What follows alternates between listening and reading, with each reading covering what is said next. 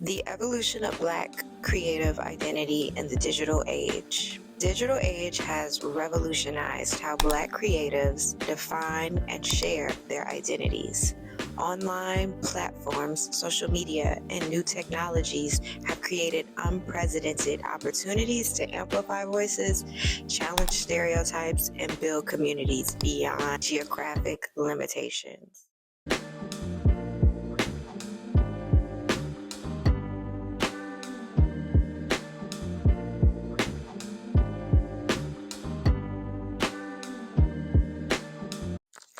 YouTube.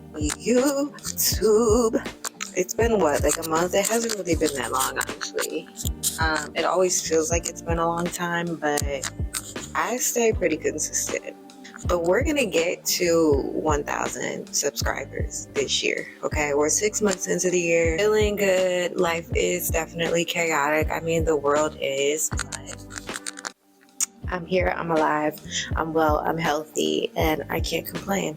So in today's video, I made a post on the community page and I wanted to talk about what it's like to be a Black creator in 2025. So the evolution of Black creatives' identity in the digital age. Let's talk about it, y'all. So let's first talk about how the internet shifted gatekeeping. I believe this started, honestly, for me, I personally think this started back in 2015, 2017. I've been on the internet for a long time, but I recall like the breakthrough being, especially for photographers. Okay, we're gonna stick in that realm because that's where I was at. VSCO was kind of like that breakthrough when a lot of photographers were getting opportunities to work with apps and like different brands. I know Nike supported a lot of different creatives in their early parts of their career, allowing them opportunities to express themselves, to capture themselves and their community, also making a way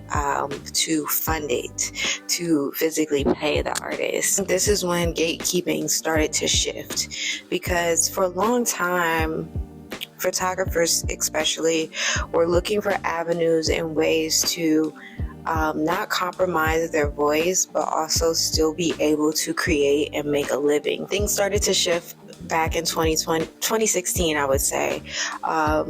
And from then on up until 2020, things were rising.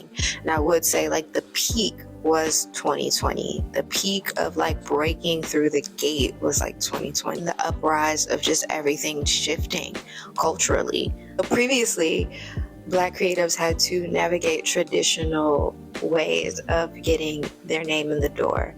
But this was different, okay? Around this time, we were getting our way in the door, but also still being ourselves, being able to say how we truly feel. Evolution or like revolution was like now, like it's shifting now, but I do think that it started back in 2015, 2016. This wasn't just like apps, this was also magazine companies, fashion, a lot of like photographers are still creating in these spaces. They are still highly respected as well. Now, where do I see the shift of gatekeeping now? I do see things are shifting in the industry, obviously, but also just like the online atmosphere. And in my opinion, I believe that you are beginning to see the difference between like people who are actual artists and creatives, and then people who are content creators and people that just want to create content.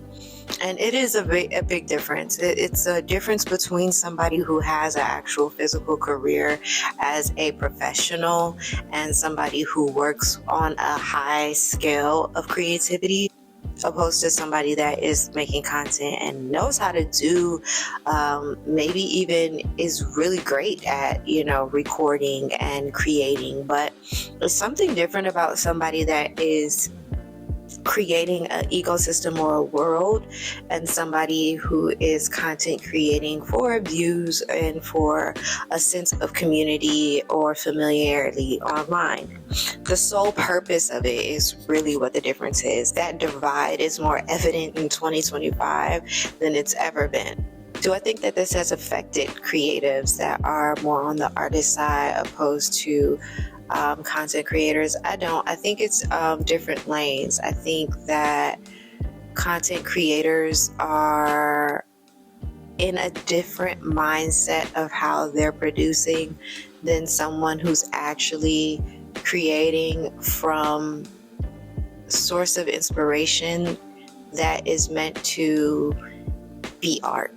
Like, art is not necessarily something that is going to be digestible all the time and appreciated and liked by everyone.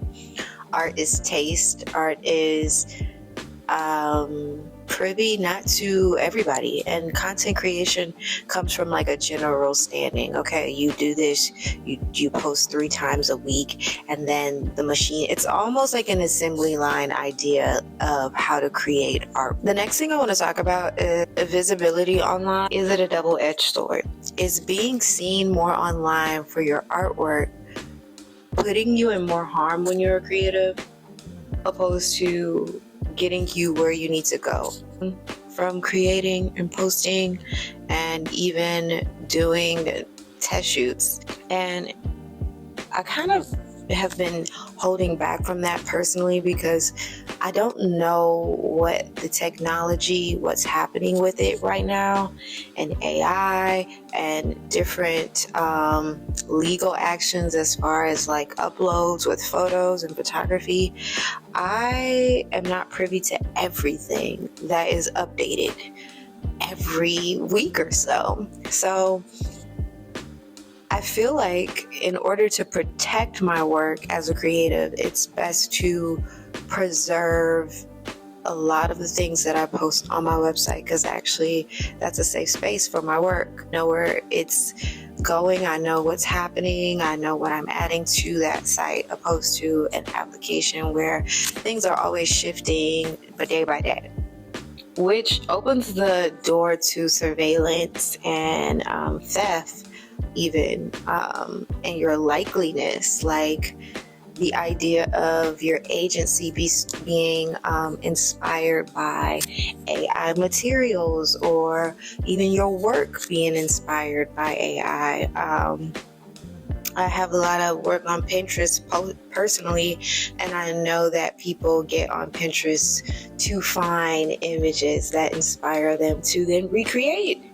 And we were once in a time where Pinterest, okay, you go on there, you get the inspiration, you go. But now people are getting inspiration to fuel an AI machine. And we recently saw that YouTube, which I'm glad I started YouTube, they have put up a new option to people that you have to have original content. And I think more applications should be enforcing this because of the new technologies that we have, AI, and you shouldn't be able to monetize and receive income from something that technically isn't real. That as we move deeper into the technological age, we do need to have these conversations about, where is authenticity or real human creation still being valued, and if it's valued, who is receiving income from it, how much is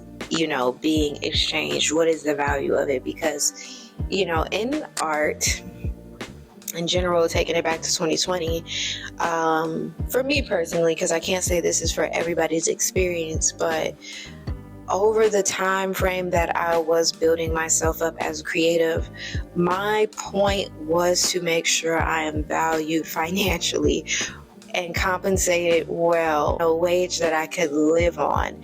And I'm still fighting that fight, because anybody could just set up and have a algorithm full of just like robotic content and be getting paid behind the scenes, which then dilutes the purpose of these platforms. The purpose of the platform is to connect, to create, to connect to an audience, to people that you may not have been able to meet in real life, and to inspire one another, to get an idea of what is that life like to live, an everyday person. My titles in my videos are a day in the life of a Black woman photographer, because it is a little girl out there somewhere that maybe she wants to do photography and she could just Google me and here I am. She can get firsthand what that life is like. And it's not AI, it's not a fake world, it's reality. The next thing I want to talk about is the rise that I believe that is coming is going to be political artists again, and capturing artwork that moves the current tension of the time. A lot is going on collectively, not only for Black creatives, but also the Hispanic community and anybody in the United States that doesn't have legal paperwork to be here. We understand that whole thing with ICE. It's so much uprising right now happening that I think a lot of artwork or artists in 2025, Black creatives of color in general, are going to be shifting their lenses to what's important. How you create your work and what you say in your work is going to be a lot more important as we shift into darker times.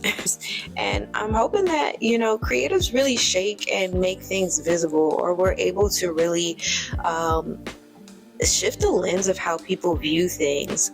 I think a good example of this is Renell. I've been following Renell for years. We actually worked on a project way back when VSCO was doing collaborations with women that are photographing, and she's come so far. Love her work. But she recently did a video with Bad Bunny, and it was almost a political art form, a political statement, a pride that she put into her cultural background, the people that represent who she is. And I think more artwork is going to be expressed in that way as we move forward. I think that's the perfect example of the energy of 2025. Is the future decentralized? As many grow disillusioned with mainstream platforms, we're seeing the rise of alt spaces like private collectives, Patreon, even I just made a Substack. Will Black creatives continue to build their own ecosystems? Will they reshape the ones that already exist? And this topic right here kind of came up with, it was a lot of discourse online about like Essence Festival and Black Americans versus Africans and all of this like stuff going on. And I kind of wanted to get online and put in my 2 cents too, because Essence honestly is one of the very first magazines that actually gave me a cover shoot, gave me a chance. So it is something that is culturally resonant with myself. I grew up on flipping through the magazines, in my great grandmother's house. She used to have stacks of these magazines. So I've never actually went to Essence Fest. What stood out to me most is how Black Americans don't claim their culture. And every place that I've traveled, and I traveled to cultural places, I want to make that evident too. I believe that a lot of the world is influenced by Black culture, and I do think that because me being African American, because we have been here so long and we have had no identity, we created our own culture. Has it been mocked? Has it been questioned? Has it been ridiculed? Yes. Have we, in the midst of creating our own culture, also been fighting for our lives and our rights to even exist in this country? Yes. The discourse with Essence made me think, is this a shift for Black American creatives specifically to really take ownership over the culture that we have created here for ourselves? And I don't think that's a bad thing. I don't think that wanting to claim what you have created, just as the next culture has, is anything wrong, even if it's something that people believe we've made up and has been completely created by us out of survival. I think that's what makes the essence of it even more pure. almost like a phoenix rising. I believe that being an African American is being put through the most strenuous experience and then still coming out magical and actually influential. When you think about the impact of African creativity, African American specifically creativity, it does stand out. Is it pulled from African roots? Of course, because those are influenced in the blood of African Americans as well. I do believe just indigenous cultural experiences in America are also influenced in Black creatives, African American creatives, creativity and culture. But I see a shift.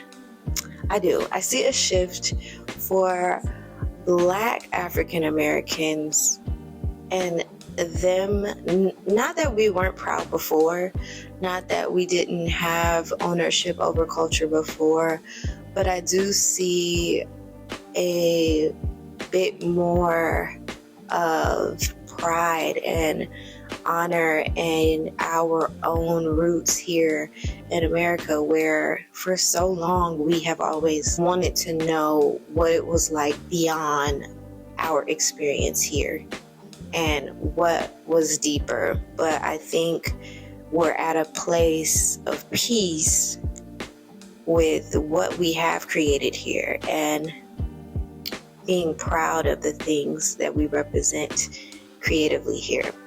And I think that's a good thing. Now, did I think that Discourse with Essence was like a lot going on? And it has a lot to do with capitalism. When it comes to capitalism and art, things can go left quickly. But I say all of this to say that we are in the midst of another rise, and I'm really excited to see what younger generations do when it comes to creativity and the directions that they choose to take, because the doors are open a lot more and the avenues and directions that creatives can take now are way better than when a lot of us started, and even people older than me started, so I'm excited to see a lot of creatives unfold and be able to be free, whether they choose to create online or whether they choose to take a different avenue. One thing that I really want to say that I'm glad is shifting is the necessary need to be in a city. I think that has completely died. The need to move to New York, the need to move to LA, the need to move to Atlanta. If you want to be in a commercial space, maybe, but I don't think it needs that identity like it used to. I think if you go to New York for a couple years, you can leave and go to your hometown and make it happen. If you LA, you really don't even need to be here unless you really love the city and you really like the creative atmosphere of it. When I look back on it now, I love who I am because I have moved so many places. But when you look back on it, especially being African American, a Black creative, a lot of what makes our creativity our own is our home base. A person from Atlanta is going to photograph differently from a person from Chicago or Detroit or DC. And I think that's cool. I think it's cool that every city, every region, every nationality has its own different essence that contributes to being a Black creative. And that lens is specific. And when you stay in those cities and you are able to continue that essence or that soul that you add to your artwork. But yes, that is my conclusion on this video. Comment below how you're feeling about being a Black creative in 2025. I will be back, YouTube. The next video I drop, I think I'm gonna do a vlog. I definitely want to do a vlog, but it's not gonna be on set. I think I'm gonna just do a day in the life. I just need to take y'all outside, okay? All right, y'all know what to do. Master your gaze.